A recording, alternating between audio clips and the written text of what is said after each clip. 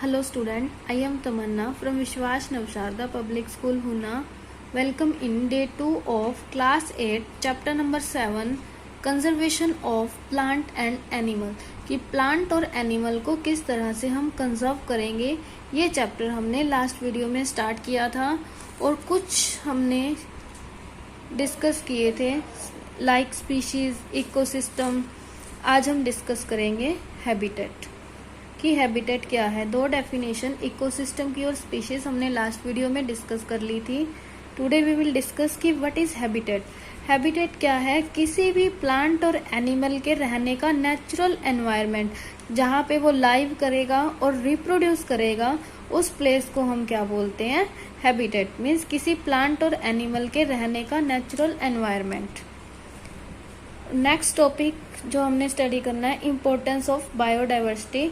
Biodiversity क्या था? जैव विविधता, मतलब अलग अलग टाइप के जीव या अलग अलग टाइप के प्लांट्स या फिर अलग अलग टाइप के एनिमल होने की इम्पोर्टेंस क्या है।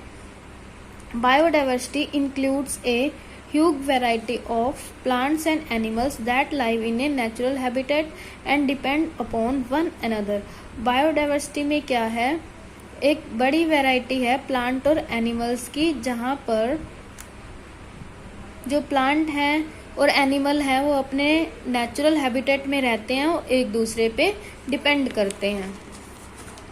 देखिए, every component of biodiversity from microorganism to huge animal like elephant play an important role in nature.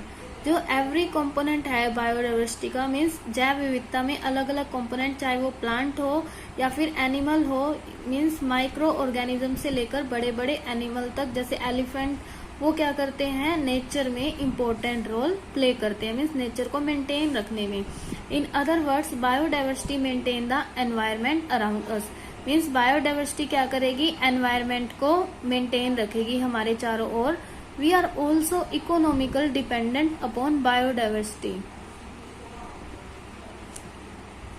अगर इकोनॉमिकली देखें तो भी हम क्या है? बायोडाइवर्सिटी पर डिपेंड करते हैं। We get a variety of food items. हम क्या है? फूड आइटम जैसे कि cereals, fruit, vegetables, cloth item जैसे cotton, jute, wood, medicine, oil, oil में मस्टर्ड, ग्राउंडनट, सनफ्लावर, या फिर ये हम क्या करते हैं? डिफरेंट प्लांट से हम ऑब्टेन करते हैं। ऑन अदर हैंड, अगर दूसरे हैंड में देखें तो हम मीट, एग, लेदर, ये हम क्या है? एनिमल से ऑब्टेन करते हैं। नेक्स्ट है टॉपिक हमारा cause of loss of biodiversity. Means biodiversity के लॉस होने के कॉज क्या है। तो biodiversity is essential for our own survival. Biodiversity क्या है? हमारे सर्वाइवल के लिए इम्पोर्टेंट है, जरूरी है।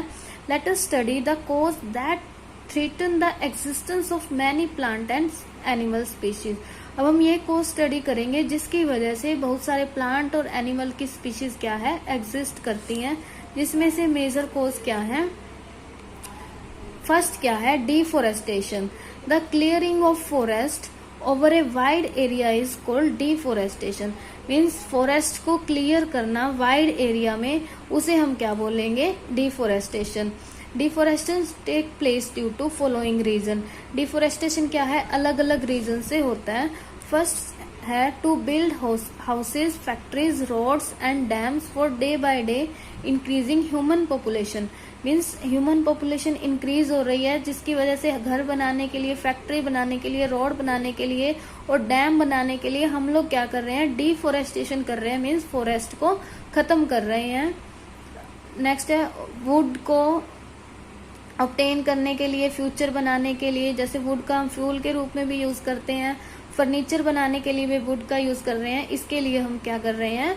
फॉरेस्ट को क्लियर कर रहे हैं, डिफोरेस्टेशन कर रहे हैं, जिससे एनिमल्स और प्लांट के हैबिटेट खत्म हो रहे हैं। To get more agriculture land for cultivation. Means खेती करने के लिए हमें एग्रीकल्चरल लैंड चाहिए, जिसके लिए हम फॉरेस्ट को खत्म कर रहे हैं। फोर्थ है for mining of mineral such as coal. मतलब कोल, पेट्रोलियम एंड ओर्स की खोज में या फिर उनकी माइनिंग के लिए हम क्या कर रहे हैं? डिफोरेस्टेशन, मीन फॉरेस्ट को खत्म कर रहे हैं। All the above cause of deforestation are human made. ये जो सारे कॉज हैं डिफोरेस्टेशन के, वो क्या है? ह्यूमन मेड है। Some natural some natural cause of deforestation are forest fires, means सबसे ज्यादा नेचुरल कॉज कौन सा है? फॉरेस्ट फायर, मीन्स ज्यादा टेम्परेचर के कारण अपने आप ही फॉरेस्ट में आग लग जाती है, जिसकी वजह से फॉरेस्ट खत्म हो रहे हैं। सेवर ड्रॉट, सूखा बढ़ जाता है। इंसेक्ट या फिर पेस्ट का अटैक हो जाता है, जिसकी वजह से फॉरेस्ट खत्म हो जाते हैं। या फिर over grazing of cattle, means cattle, sheep, horse's, बहुत सारे एनिमल्स जो हैं वो फॉरेस्ट में घुस जाते हैं और ओवर ग्रेजिंग कर लेते हैं, जिसकी वजह से डिफोरेस्टेशन हो जाता है। Over grazing not only destroy the grassland but also young tree of forest, means over grazing जो है वो ओनली ग्रासलैंड पे इफेक्ट नहीं करेगी, ग्रासलैंड के साथ साथ वो यंग ट्री को भी अफेक्ट करेगी। नेक्स्ट है कंसिक्वेंस ऑफ डिफोरेस्टेशन। डिफोरेस्टेशन से क्या क्या होगा? इट को सॉइल इरोजन, अगर पेड़ नहीं होंगे तो मिट्टी का कटाव ज्यादा होगा, मीन्स सॉइल इरोजन होगा, जिससे सॉइल इनफर्टाइल बन जाएगी, क्योंकि ऊपर वाली लेयर मिट्टी की रिमूव होकर चली जाएगी और नीचे वाली लेयर रह जाएगी जिसमें प्लांट्स ग्रो नहीं कर सकते, मीन्स मिट्टी में लेस ह्यूमस होंगे और वो कैसी बन जाएगी? लेस फर्टाइल बन जाएगी, मीन्स जो फर्टाइल लैंड है वो डेजर्ट में कन्वर्ट हो जाएगी, जिसे हम क्या बोलते हैं? डेजर्टिफिकेशन, मीन्स फर्टाइल लैंड का डेजर्ट में कन्वर्ट होना। नेक्स्ट है ट्री क्या करते हैं? कार्बन डाइऑक्साइड लेते हैं और ऑक्सीजन छोड़ते हैं, फोटोसिंथेसिस का प्रोसेस करते हैं। अगर डिफोरेस्टेशन इंक्रीज होगा, मीन्स पेड़ कम रहेंगे, तो कार्बन डाइऑक्साइड का अमाउंट हमारे एटमॉस्फेयर में इंक्रीज हो जाएगा।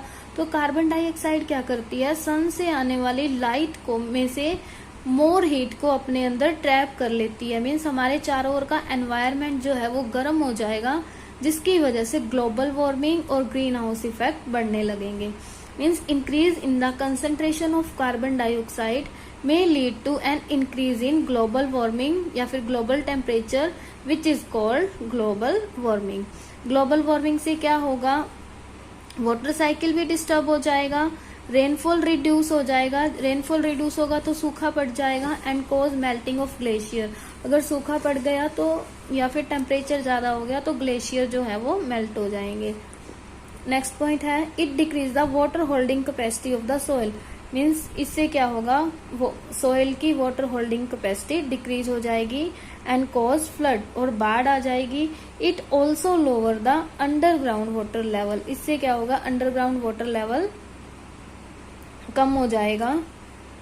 Forest are natural habitat of many species of animal, forest जो है वो नेचुरल हैबिटेट है मैनी स्पीशीज के। अगर हम पेड़ों को काट देंगे घर बनाने के लिए, हमारे लिए खेती करने के लिए, हमारे सर्वाइवल के लिए, अगर हम वनों को नष्ट कर रहे हैं तो मीन्स एनिमल और प्लांट के हैबिटेट को हम नष्ट कर रहे हैं, मीन्स हमारे फायदे के लिए हम लोग एनिमल और प्लांट के हाउस को या हैबिटेट को खत्म कर रहे हैं।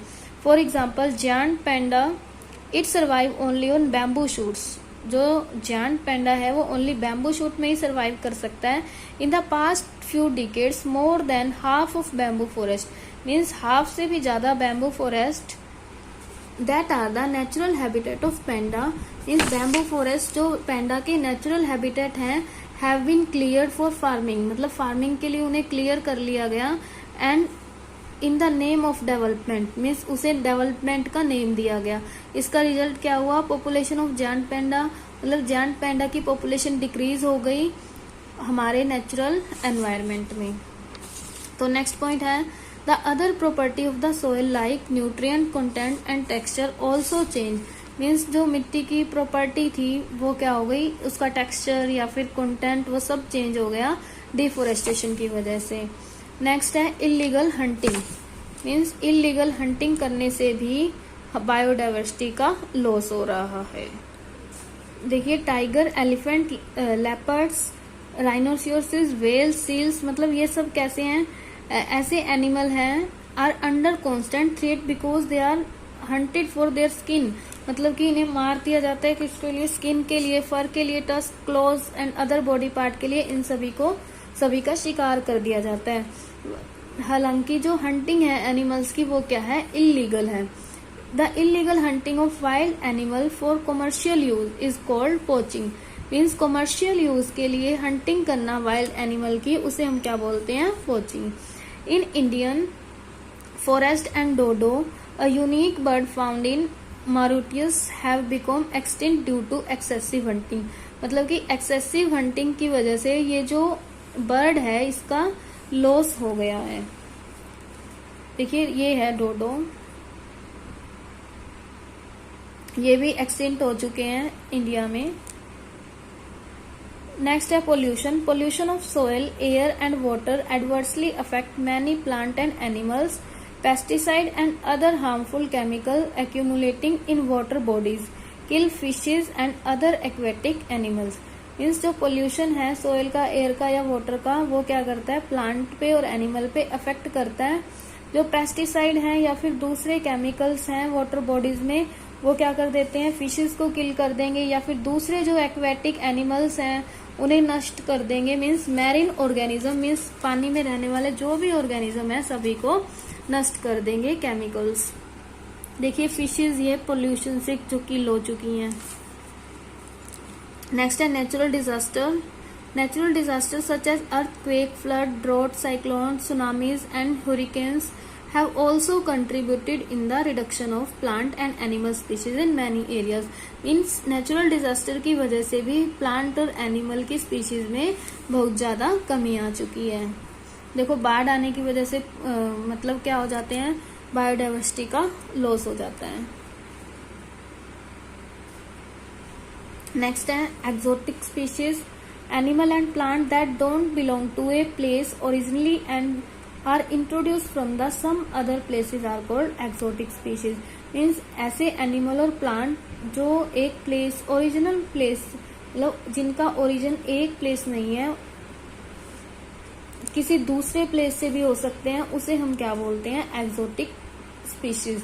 जैसे introduction of exotic species has adversely affect many native species of plant and animals, depriving them of space and food. मान लो एक्सोटिक स्पीशीज है, एक जगह से दूसरी जगह पर आ गई, वो क्या करेंगी उस जगह के प्लांट और एनिमल पे भी अफेक्ट करेंगी। For example water hyacinth. जो वाटर हायासिंथ है an exotic species that has been introduced. मतलब वाटर हायासिंथ एक एक्सोटिक स्पीशीज है जो कहाँ इंट्रोड्यूस हुई, Indian waters grow very fast and covers the whole water. मतलब कि जो वाटर में ग्रो कर जाते हैं लाइक पॉन्ड्स में या लेक में। This exotic variety is threatening the survival of many native aquatic plant of animals. Means ये क्या करते हैं, जो प्लांट वाटर में होते हैं उसे अफेक्ट करते हैं। ये थे बायोडाइवर्सिटी लॉस के कुछ कॉज। 2 क्वेश्चन है। The part of the earth in which organism exist is called biosphere. Relationship between a biotic community and its abiotic environment is called ecosystem. Next हमारा टॉपिक फ्लोरा एंड फोना है जो हम next video में discuss करेंगे। Thank you, bye bye, keep studying.